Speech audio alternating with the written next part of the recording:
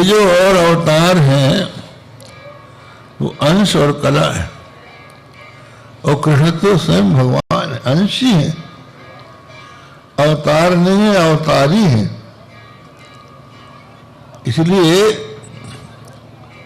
आप देखें पुरी में, और जो जयदेव कवि ने जो गीत गोविंद लिखा है उसमें 10 अवतारों में श्री कृष्ण का वर्णन नहीं है। उन्होंने 10 अवतारों में हलधर का वर्णन किया और केशव दित हलधर रूप जय जगदीश हरे। केशव श्री कृष्ण जिन्होंने हलधर का रूप धारण किया, तो यहां फिर अंश, बात समझ में नहीं आ रही है। अंशी को यहां पर अंश कैसे कह दिया? तो व्याकरण के अनुसार अंशेन विष्णु, जो अपने एक अंश से विष्णु है वो भगवान श्री कृष्ण है। जिनके अनेकों अंश हैं उनमें से एक अंश विष्णु भी है। जैसे कि रामचरितमानस में भगवान श्री राम के संबंध में गोस्वामी तुलसीदास जी ने कहा, उपजहि जासु अंश ते नाना, उपजहि जासु अंश का कि शंभु विरंची विष्णु भगवान, जिनके अंश से शंभु ब्रह्मा और विष्णु उत्पन्न होते। अंशेन विष्णु, अभी हमने मंगलाचरण में कहा नद्या शेखरी ने, दिशा तिलकी ने, नेत्रों के द्वारा जो तिलकी हैं भगवान सदाशिव तीसरे नेत्र के द्वारा तिलक धारण करते हैं। तो जो अपने अंश से विष्णु हो गए हैं उनकी वीर्याणी। तो इस तरह से उन्होंने भगवान विष्णु के नहीं, विष्णु जिनके अंश हैं उन श्री कृष्ण के चरित्रों को सुनने की जिज्ञासा प्रकट की। तो महाराज भगवान श्री कृष्ण का चरित्र सुनाइए। तो मानो श्री सुखदेव जी ने कहा कि राजन तुम्हें तो कथा सुनना है, तुम कृष्ण ही की कथा क्यों न सुनना चाहते हो? हम तुमको राम कथा सुना देते हैं, कथा से तो कल्याण हो गई। कहा महाराज हम तो कृष्ण की ही कथा सुनना चाहते हैं। क्यों? बोले हमारे पितामहों से उनका संबंध। पितामहा में समरे मरंजयीर देवव्रता जातिरथैतिमिंगिलै दुरत्ययं कौरव सैन्य सागरम कृत्वा तरन् वत्स पदम स्मयत् प्लवाः। हमारे पितामह पांडव जब महाभारत के युद्ध के लिए कुरुक्षेत्र में खड़े हुए तो उन्होंने कौरवों की अपार सेना देखी। अरे वो सेना नहीं समुद्र था, और जैसे समुद्र में बड़े बड़े तिमिंगल राघव जैसे मत्स्य होते हैं, ऐसे वहां भीष्म द्रोण कर्ण कृप अश्वत्थामा जैसे लोग थे। उस कौरव सैन्य सागर को पार करना हमारे पितामहों के लिए अशक्य था।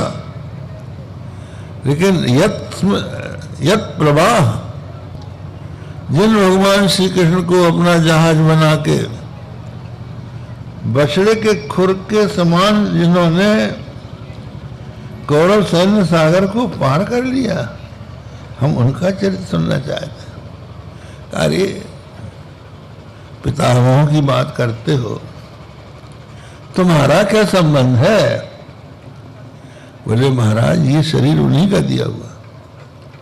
द्रोण्यस्त्र विप्लुष्णमिदं मदंगम संतान बीजम कुरु पांडवानां युगोपकुक्षिंगतयात् चक्रो मातुश्चयो यः शरणं गताः।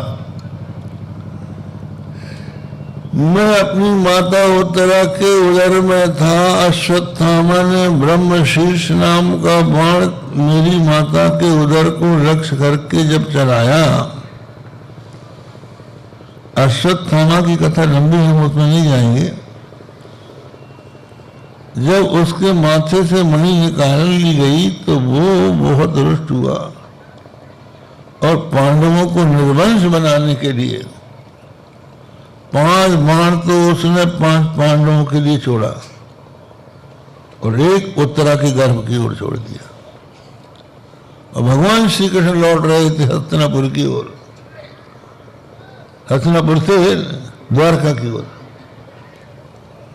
उसी समय दौड़ी दौड़ी उत्तरा आई, कहा महाराज बचाओ बचाओ, मेरे पेट की तरफ एक लोहा जलता हुआ आ रहा है।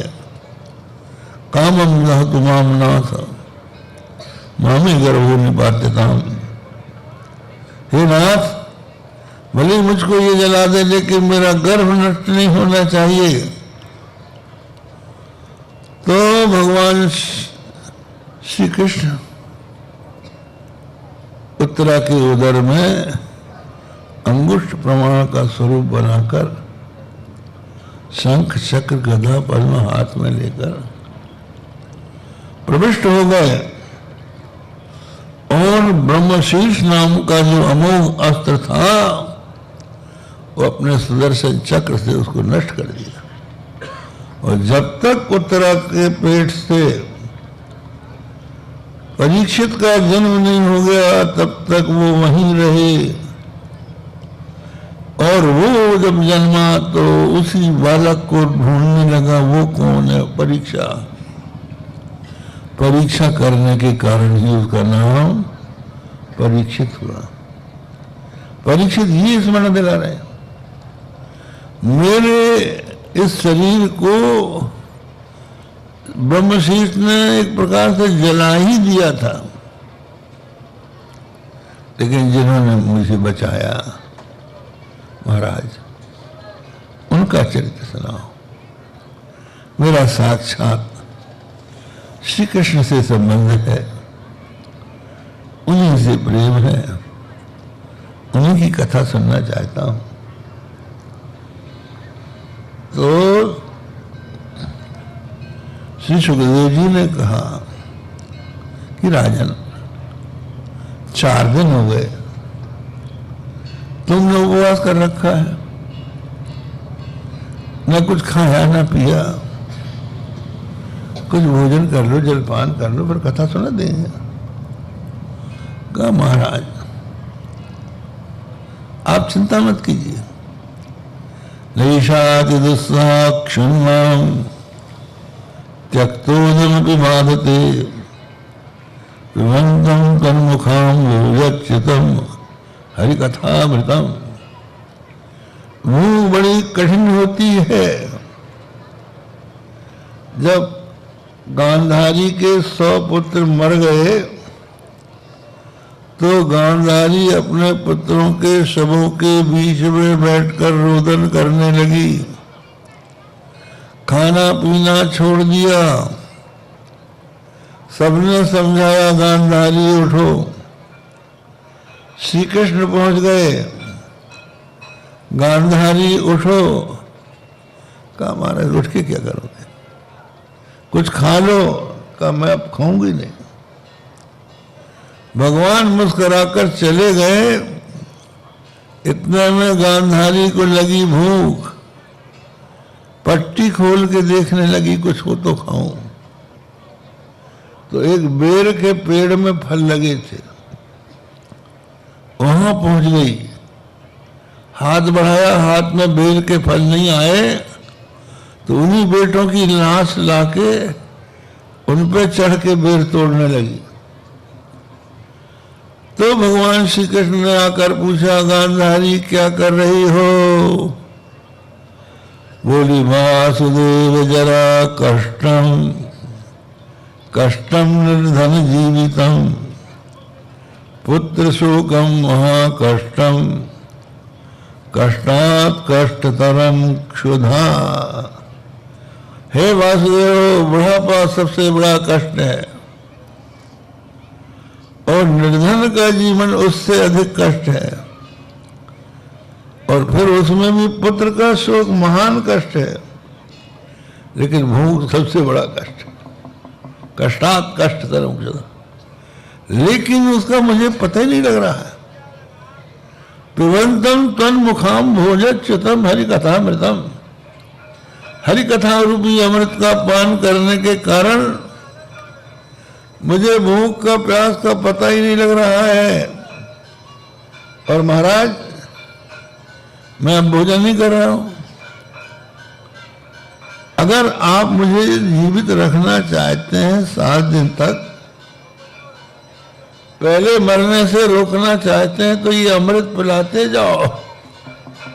अगर इसको पिलाना बंद किया तो तक्षक नाग की जरूरत ही नहीं पड़ेगी। पिबंतम तुम मुखाम भोजच्युतम। अब बात यह है, हमारे सामने रखी घड़ी, हमें कृष्ण चरित्र सुनाना है, जन्म सुनाना है, तो अब गाड़ी जो है मेल चलेगी। तो बात यह है कि भगवान का जो अवतार होता है वो जैसे सामान्य प्राणियों का होता है उस प्रकार नहीं होता। भगवत गीता में भगवान श्री कृष्ण ने कहा है, जन्म कर्म च मे दिव्यम एवं यो वेत्ति तत्त्वतः त्यक्त्वा देहं पुनर्जन्म नैति मामेति सोर्जुनो। भगवान श्री कृष्ण ने गीता में बताया कि हे अर्जुन, जो मेरे जन्मों को और कर्मों को दिव्य जानता है, वो शरीर का त्याग करके पुनः संसार में लौट कर नहीं आता। तो भगवान के जन्म और कर्म दिव्य हैं। जन्म देखिए, देवकी वसुदेव का विवाह हुआ, कंस रथ में बैठा कर देवकी को विदा करने ले जा रहा था। आकाशवाणी हो गई, उस आकाशवाणी ने कहा, रे मूर्ख, जिसको तू ले जा रहा है उसका 8वां गर्भ तेरा मारने वाला होगा। तो बस असुर तो था ही। धामी दमक रहन घन माही खलकी प्रीति जथा फिर नाई। जैसे बिजली चमक के नष्ट हो जाती है, उसी प्रकार खलों की प्रीति क्षणभंगुर होती है। कहाँ इतना प्यार, और कहाँ उसी समय देवकी का जूड़ा पकड़ के खींच लिया खड्ग। तो फिर वसुदेव जी ने समझाया, कहा महाराज ऐसा न करो, आपकी बहन है और छोटी बहन है, अभी विवाह हुआ है, माथे में अभी अभी सिंदूर चढ़ा है, बड़ा पाप लगेगा ऐसा आप करोगे तो, और ये आपकी शोभा भी नहीं है। नारी को मारने से किसी की वीरता प्रकट नहीं होती है। बोले भाई ये नारी नहीं है, बहन नहीं है, हमारी मौत है, हम इसको नहीं छोड़ेंगे। उन्होंने कहा अच्छा, तो तुमको देवकी से मरने का डर है कि इसके गर्भ से है, बालक से, कहा इसके बालक से। तो हम वचन देते हैं कि इसके बालकों को हम सौंप देंगे, कर ले जाओ जाओ। रथ से वहीं उतार दिया उसने, और देवकी वसुदेव जा ही रहे थे।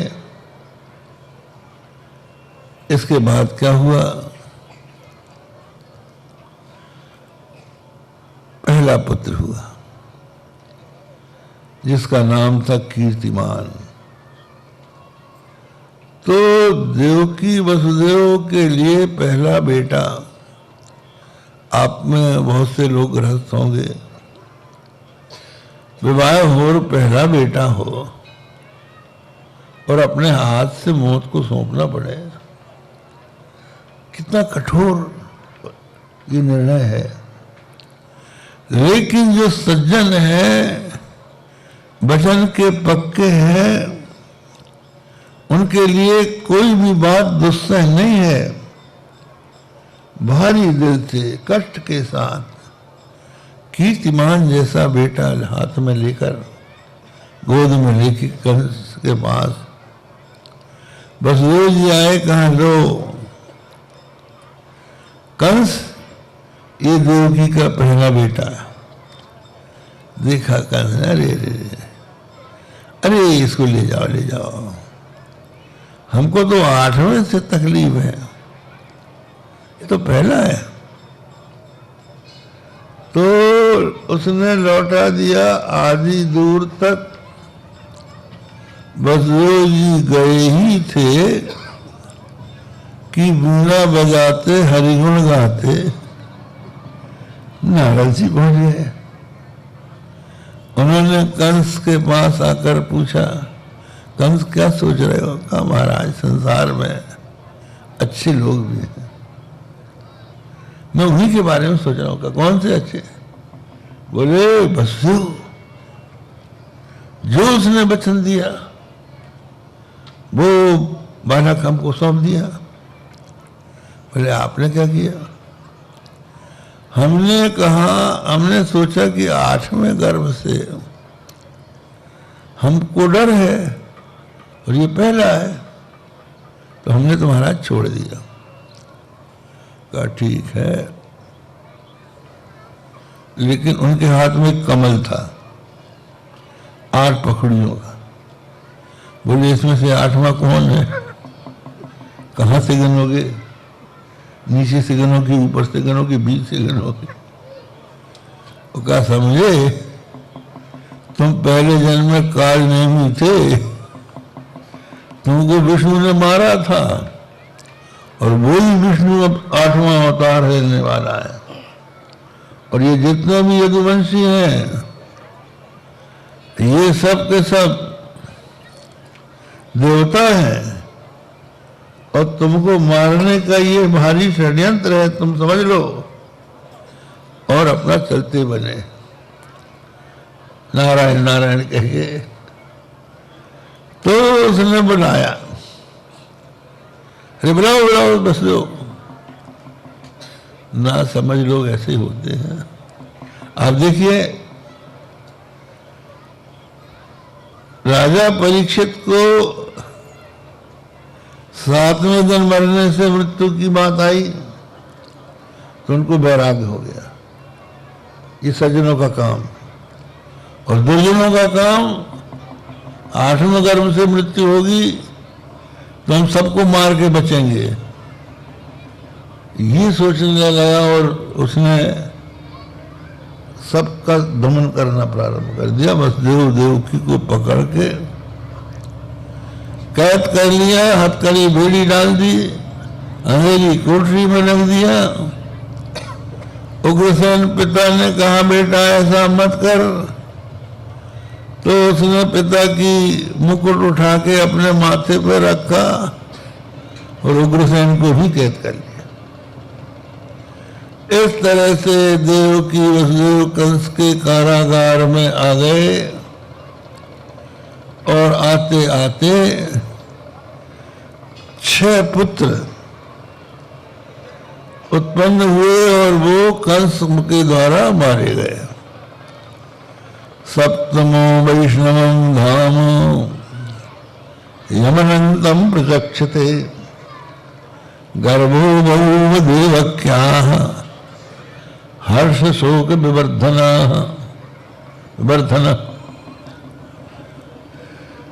पहले जब कोई राजा आता है तो उसका आसन आता है, सिंहासन आता है। तो श्री कृष्ण आने वाले हैं तो उनका सिंहासन शेषनाग के अवतार बलदेव जी आए हैं। सप्तमो वैष्णव धाम। पहले देवकी के गर्भ में सप्तमें गर्भ के रूप में बलदेव जी आए। भगवान ने सोचा, अरे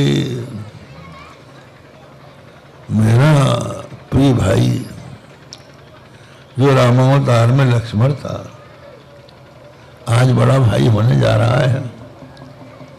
कंस के हाथ से कहीं ऐसा ना हो कि भीम मारा जाए। तो अपनी योग माया को बुलाया, गच्छ देवी ब्रजम भद्रे गोप गोपुर अलंकृतम। हे देवी, तुम गोप और गोपियों से अलंकृत ब्रज में जाओ और वहां वसुदेव की भार्या रोहिणी रहती हैं। तो देवकी के उदर से गर्भ निकाल कर रोहिणी के उदर में डाल दो और स्वयं नंद की पत्नी यशोदा से अवतार लो। जब तुम ऐसा करोगी तो सर्व काम वरेश्वरी तुमको लोग पूजेंगे और तुम्हारे अनेकों मंदिर बनेंगे। दुर्गा, भद्रकाली, नारायणी, ईशानी, शारदा, अंबिका, भद्रकाली, ये तुम्हारे नाम। योग माया ने ऐसा ही की। उसके पश्चात क्या होता है, लोगों के मन में ऐसा भ्रम योग माया ने उत्पन्न किया कि लोगों ने कहा कि कंस इतना दुष्ट है, बहन को इतना धमकाया, 7वां गर्भ ही कर गया। अब भगवान के अवतार का समय आता है। तो सबसे पहले भगवान वसुदेव जी के मन में आए।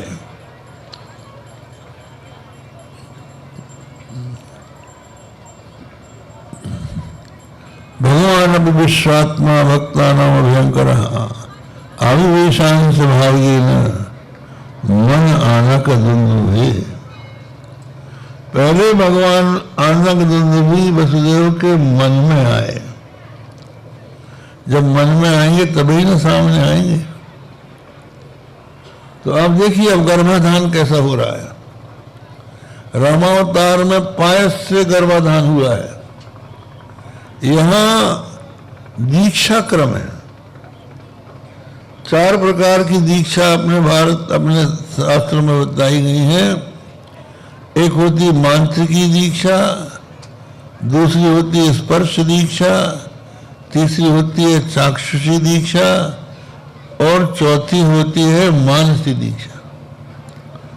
तो गुरु अपने शिष्य को मंत्र सुनाकर उसको दीक्षा देते हैं। ये मंत्र की दीक्षा है।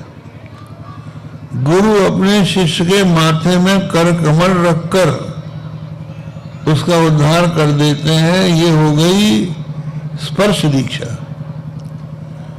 और केवल आंख से देख दें तो आप सोचिए ये भी दीक्षा हो जाती है। जिसकी लिखा है शास्त्रों में कि जिसकी दृष्टि अनुभव पर्यंत ब्रह्म में स्थित हो जाती है, वो जिसको देखते हैं उसके सारे पाप नष्ट हो जाते हैं। तो ये चाक्षुषी दीक्षा है। और उसके बाद गुरु कहीं शिष्य कहीं। लेकिन जैसे कछुआ रहता है नदी में और अंडे देता है किनारे, केवल उनका मन से चिंतन करता हुआ उनको बढ़ा लेता है, ऐसे गुरु भी अपने शिष्य का उद्धार कर देता है। ये होती है मानसी दीक्षा। तो यहाँ मानसी दीक्षा हो रही है। वसुदेव जी के मन में भगवान श्री कृष्ण जब आए तो विराजमानो यथा रवि, सूर्य के समान प्रकाश हो गया। कोई उनकी तरफ देख नहीं सकता था। ततो जगन मंगलमच्युतांशं समाहितं सूरसुतेन देवी दृढ़ सर्वात्मकमात्मभूतं काष्ठा यथानंदकरम मनस्तः। वो जगत का मंगल करने वाला अच्युतांश वसुदेव के मन से देवकी ने अपने मन में लिया।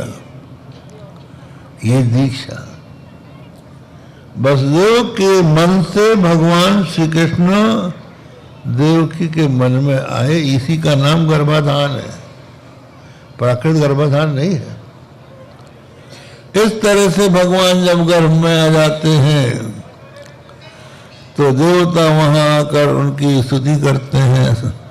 सत्यव्रतम सत्यपरम सत्यम सत्यस्य योनिम निहितं च सत्ये सत्यस्य सत्यम मृत सत्य नेत्रम सत्यात्मकम त्वाम शरणम प्रपन्ना। तो गर्भस्तुति होती है। गर्भ में भगवान बैठे हैं और देवता हाथ जोड़कर उनकी स्तुति कर रहे हैं और ये बता रहे हैं कि महाराज जल्दी प्रकट हो जाओ, सत्यव्रतम। कहीं ऐसा ना हो कि तुम गोपियों में भूल ही जाओ। जो दुर्जनों के नाश के लिए हमने आपसे प्रार्थना की है वो प्रार्थना आप करिए। बहुत लंबा अर्थ है, उस पर जाएंगे तो फिर यही कथा समाप्त हो जाएगी। तो गर्भस्तुति के पश्चात फिर श्री सुखदेव जी वर्णन करते हैं। अथ सर्वगुणोपेतः काल परम शोभनः यदीवाजन जन्मक्षम शांतर्क्ष ग्रह तारकम। सब गुणों से युक्त परम शोभन काल आ गया, जो परमात्मा देश काल से ऊपर था। धिक्कारा जन्मच्छिन्न अनंत चिन्मात्र जो भगवान थे वो अब काल के भीतर आ रहे हैं।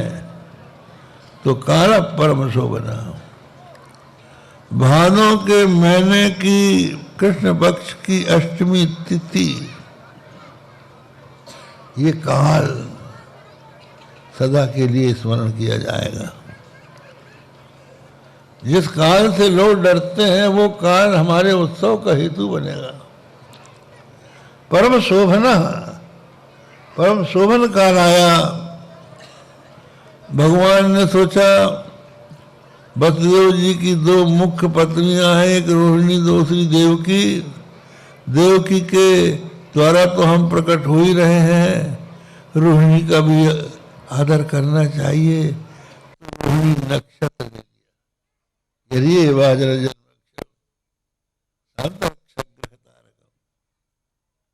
फिर दिशा प्रसेदु, दिशाएं प्रसन्न हो गई, इसलिए कि दिशाओं से भी भगवान परे हैं। लेकिन अब लोग कहेंगे कि भाई इस दिशा में भगवान श्री कृष्ण है, उनको अंकित किया जाएगा। वहां गोकुल है, वहां मथुरा है। वो दिशाएं प्रसन्न होती हैं, आकाश स्वच्छ हो जाता है।